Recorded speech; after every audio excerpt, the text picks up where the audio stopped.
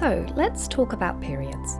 I have a long and very much hate relationship with them. They were always extremely painful, erratic, and a constant expense.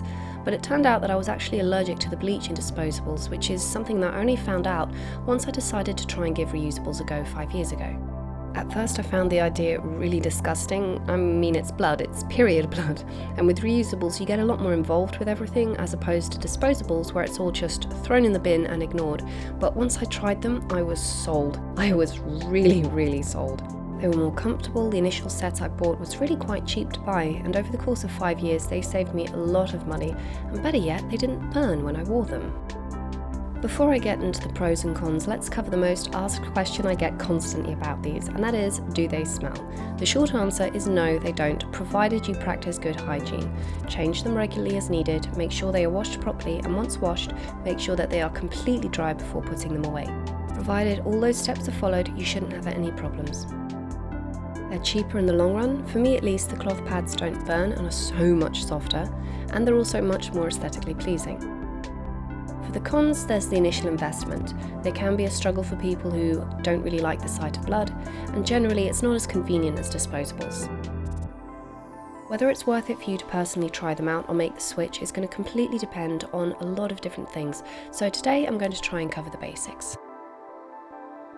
You can go different ways, cheapy ones, which are the ones that I first bought and still use, or you can go for custom-made ones. While there is variation in the quality of materials used, the general idea for both the generic cloth pads and custom are the same, an absorbent inner layer backed by a water-resistant outer layer which is washable and reusable. The generic ones have a tendency to be bulky, slide around, and are often made with microfiber, which is good at absorbing moisture but not very good at holding it. It's the kind of cloth that's often used for kitchen cleaning for exactly that reason. Because of this, I wouldn't recommend them for someone with a heavy flow unless you want to be changing them every hour or so. But don't let that put you off, they are good. I've been using mine for years despite the drawbacks mentioned. Custom-made pads, they are the kind that you find on Etsy. They tend to be shaped better so they don't slip around and have a variety of patterns and tend to absorb more. As for the fabrics used to make them, customs tend to be made of fabrics like cotton flannel, Zorb, which is a natural and synthetic fabric hybrid cloth, super heavy organic bamboo fleece, which is often abbreviated, and hemp, which is used for super heavy flow or people who struggle with incontinence. They also tend to use fabrics like WinPro for backing, which is amazingly resistant to liquids. Now what about the types? You can get a huge variety here. There's lights, heavies, postpartum, but for most people all you need to focus on is what type of underwear do you like to wear. If you wear thongs, you really don't want to be wearing the full pad type, they will slip around. Instead you want a shape like this. Unfortunately, as of making this video, I haven't seen this type available with generic brands, so you would have to go for a custom made in this case. If you like briefs, then you have a lot more options. You can also go into custom made shapes, but honestly, if I start going into the multiple novelty and specialized options, I'll be here for hours. So instead, let's just move on to the next part, how to wear and care for your pads. I like to store my pads like this, laid flat on their side so they don't get wrinkled and buckle strangely when you wear them. The only exception to that rule is my postpartum pads, which are so big they aren't going to be doing any buckling. But I also prefer them laid out like this just in case they haven't dried perfectly and still need to air out. Now in 5 years of owning cloth pads this has never been an issue, but it's just something I like to do. With that in mind, I also wouldn't advise storing clean pads in the bathroom where they could absorb moisture. Someone with a very super heavy flow could need up to 30 or 40 pads. If you're light, you might need 10. For me, 25 is about the ideal amount, but I do have a little more than that because they're pretty. You will also need 1 or 2 wet and dry bags. One thing to make sure that you do is wear them the right way round. Now I know that might sound obvious, but let me explain. The generic brands that I have the colours on the outside, the white, grey or black absorbent part of the pad on the inside. That is what I was used to. But when my sister made me some cool custom made fabric pads, I assumed that the colourful part went on the outside. I was wrong. A good cleaning routine with pads is essential, but it's not that hard. This is how I do it. Once the pad is used, it goes straight into the wet bag. I know some people like to clip it shut like this after it's been used and unclip it before it's going to be washed, but I prefer not to do that since it means I have to fish it out of the bag and unclip it, and I'd rather not do that. Some people prefer to use a small pail as well rather than a wet bag.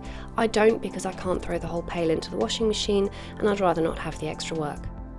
Once I have 5 or 6 pads in there or finished my period for that month, the bag gets unzipped, turned inside out and put on the cold rinse first. You need to never start the wash cycle on hot cycle. With blood, that's the fastest way to make sure that the stains are sealed in there and a nightmare to remove. That's why you should always start with a quick cold rinse, then put them on a full wash at 40.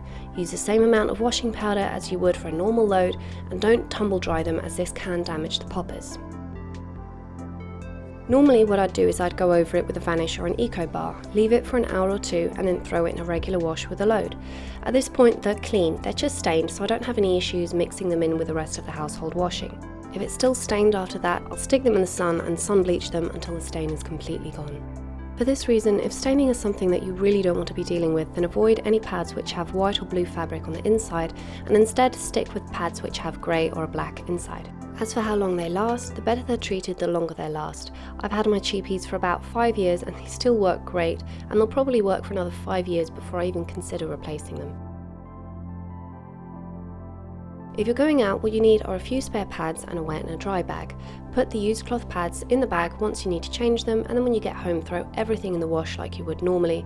And this is where you might want a slightly different bag. Maybe have one which has a pocket on the outside for all the clean and new pads, and then an internal pocket for all the used pads. When I asked you guys on Instagram if you had any questions about these, you had far more questions than I could possibly answer in one video. So what I've done instead is write a more detailed blog post which can go with this, which should answer any of the questions you might have. As always, if you like this video and you want to see more content from me, please don't subscribe. Instead, follow the mailing list. That is the best way to stay up to date with my content, and I'll have a new video for you soon.